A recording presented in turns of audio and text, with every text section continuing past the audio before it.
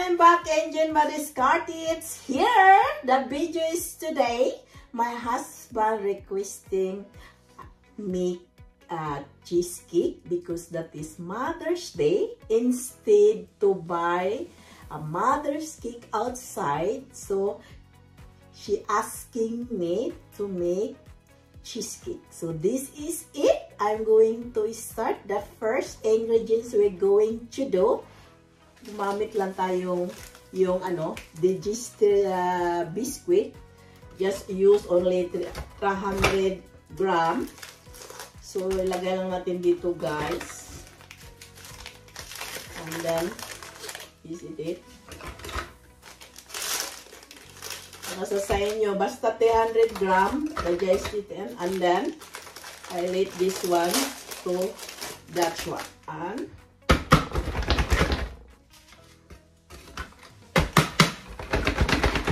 like this.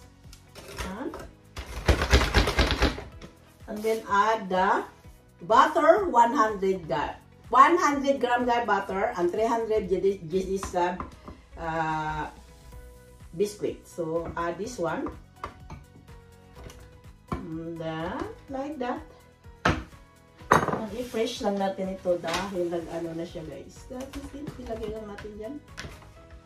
This is it. So going to do, just start the machine. Here we are.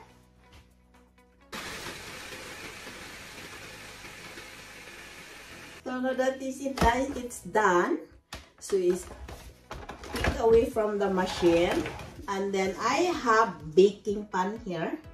So I will put here natin. And then ano lang natin, guys, ilagay lang ganyan. Napakadaling gawin and yummy. Like that. Fresh lang natin sa ilalim to make it like this. So that is it. It's better to make yourself at home instead to buy outside. So that is it na, guys. Ito na yung nasa ilalim. So next we're going to do. So I have this bowl. I have the 1/2 liter cream protein or heavy cream.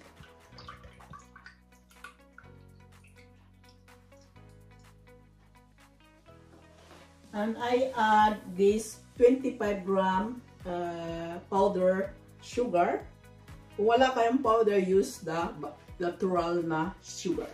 Gumamit lang tayo. I use 1 pack heavy cream and 25 grams na powder sugar, an additional teaspoon vanilla sugar or vanilla na liquid. But I don't have liquid, so I use a vanilla powder. So I have a kitchen machine.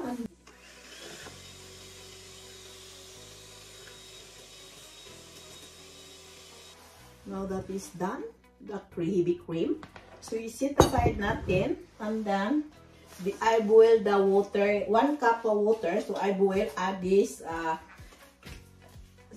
lemon flavor na jelly, guys. Add lang natin dito. And then like that. So i-off lang natin yung and mix all this together, guys, like that. Mix lang natin.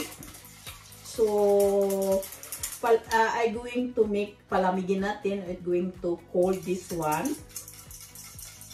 Parang maano natin dyan, is it. Ipalamigin muna natin. Is it my already. And then i-add lang natin ito, guys. That is it. Add lang dito. Yan. Yung cream natin sa panglagyan natin. Scrap lang natin ito. I have, this one is already, I have different kinds of berries. So we're going to put in the top. Nasa sa inyo na, guys, kung anong klaseng berries gagamitin niyo. But this one is assorted berries that my husband bought this one frozen. Guys, I requested to him to buy raspberry, but we don't have raspberry because it's already sold. So she bought this kind of berries, but that is okay. That is kind of wild berries, guys. But that is yummy and delicious. Promise, guys. And you can make your own cheesecake, your own flavor, what kind of fruits what you going to use it. That is yummy and delicious. So, kailangan lang natin ano natin yung ano. This is it.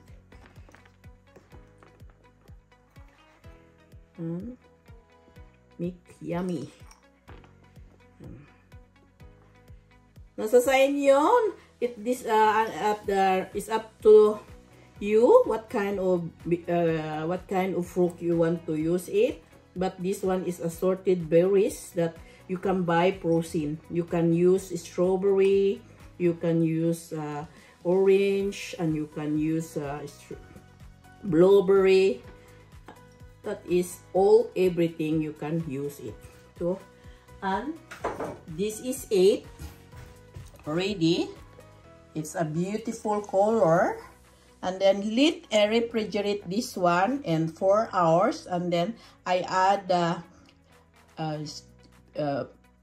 raspberry jelly on the top later. So this we are going to do. So I boiled 1 cup water and add the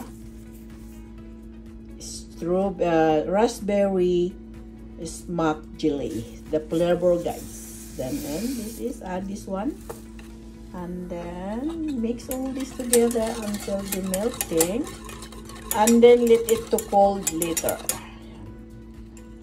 So now that is after 4 hours in refrigerator. So I add this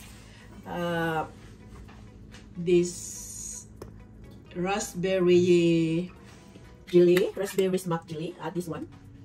And all this around this one here, guys.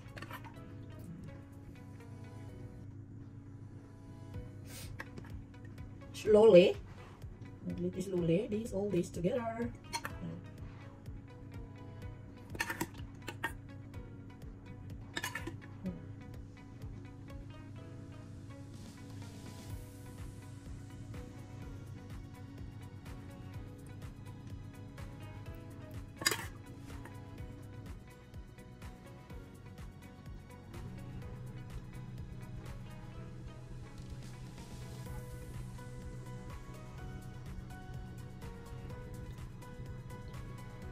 Take this one, all this, and then like that.